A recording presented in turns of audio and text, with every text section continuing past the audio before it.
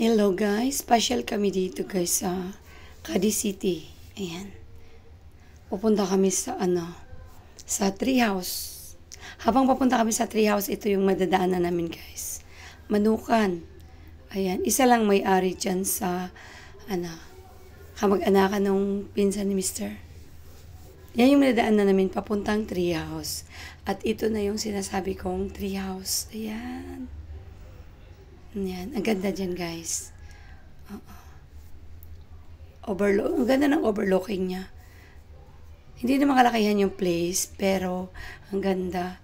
Kasi nasa taas nga kami. Ayan. Nasa taas ng puno yung kahoy. Ang laki din ng puno na yan. Parang matanda na yung puno na yan guys. Kasi na yung mga dahon niya. Ayan yung pinsan ni Mr. Yan, dyan lang kami, upo kami dyan. Tapos, niikot-ikot ko lang yung treehouse na yan sa likod. Tapos, dinudungo-dungo ko lang yung overlooking niya paikot. Maraming puno paikot guys. At saka yan dyan, yung marami din namang bahay. Kasi dyan, parang luma na yung nila dyan eh. Luma na yung bahay na yun dun. Yan. Maraming bahay, marami silang kapitbahay dyan sa paligid. Yan. Pero ito talagang dito ako talaga na-amaze sa treehouse na napakaganda. Ang ganda ng pagkagawa. Kaya iniisa-isa ko talaga yan ng iniisa-isa ko talaga ng video yan dahil na-amaze lang ako dyan sa place na yan. Napakalamig din dyan guys dahil maraming puno. O yan, marami silang kapitbahay, diba? Yun lang ito lang yung treehouse, yung naiisang natatanging dito. Natatanging magandang tanawin sa lugar na to. Marami din ditong guys, yung mga century tree na, marami din. Yan. Titingnan ko yung merong century tree na dyan na hindi lang masyadong kita dahil natatakpan. Sabi ng pinsan ni Mr. Yan? Century tree na nga.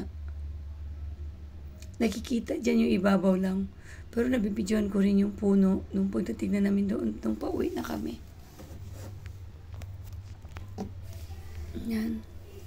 Ang ganda pa ng ginagamit nila guys. Talagang kahoy talaga siya guys. Yung kahoy talaga siya na puro. At saka yung sahig na yan guys. Siya? Parlins. Parang makakapal naman. Diba? Ang ganda. Diyan lang daw sila mag-chill-chill pagka yung wala silang ginagawa. Yan. Pag naiinip sila, punta dyan. Pupo lang, kunting kwentuhan. May alak din dyan. Yan, may misa. Dyan daw sila magkakainan. Then may may alak sila dyan. Tapos galing doon, pauwi na kami, balik na kami sa ito na, balik na kami dito sa pinag-istihan namin na rest house nila. Binidyohan ko lang yung labas kasi ang ganda din ng paligid. Ang lawak ng lugar. Yan.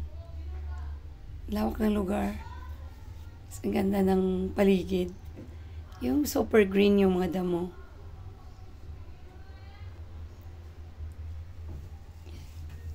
Ganda dito eh, kaya naano ako dito. Kumbaga, talaga guys, na-relax ka talaga yung isip mo, yung utak mo, parang na-relax talaga pansamantala. Dito lang kami dito lang kami nag-i-stay bago kami umuwi. Di ba ang galing ng video ko guys? Bunbunan ko yung nakikita. Yeah. Lakad-lakad kami, yung kasama ko yung pinsan ni Mr. ko, at saka yung misis nung pinsan niyang lalaki. yung mga anak niya. At saka ang ganda ng yung maintenance dito, ang ganda ng mga halaman. Kasi yung mga halaman nila sa labas talagang well-maintained talaga, guys. Yung iba dyan, bagong tanim. Kasi bago lang naman itong rest house nila dito. Kaya yung mga halaman nila, parang iilang ano pa lang. Pero malago at saka talagang alaga.